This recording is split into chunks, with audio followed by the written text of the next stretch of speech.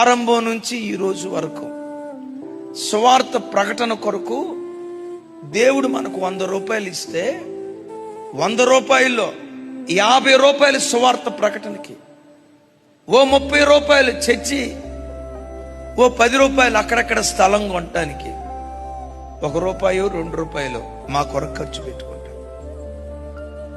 మా యవ్వనాశలు ఎట్లా దేవుని కొరకు చంపుకున్నావో తెలుసా? ఎప్పుడైనా అన్నం వండితే ఎవరో వస్తారని ఒకవేళ మిగిలిపోతే సద్దిబడిన అన్నం, నీరు గారిన అన్నం. నేను చెప్పే మాట అబద్ధమైతే నా ప్రభు వింటున్నాడు. మీరేదో మమ్మల్ని మెచ్చుకోవాలని నేను ఈ మాట చెప్పట్లా. నీరు గారిన అన్నం తిన్న జ్ఞాపకాలు మాకున్నాయి. ఎందుకో తెలుసా? ఈ 10 రూపాయలు అన్నం ఖర్చు పెట్టే కంటే ఈ 10 రూపాయలు దేవుని సేవకు ఖర్చు పెడితే బాగుండుగా. మందిర